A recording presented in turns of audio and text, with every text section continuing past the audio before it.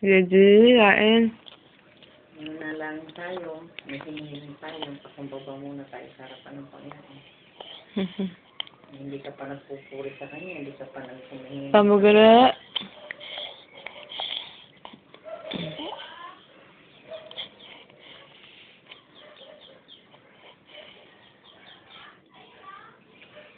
Bait, very kind.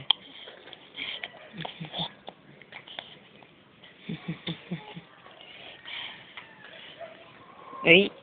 May ano siya ka, bebe? Alisin mo.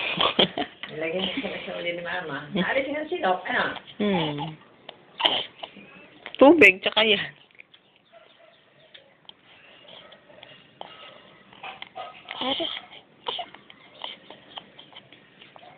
Ano kaya kinalaman nun?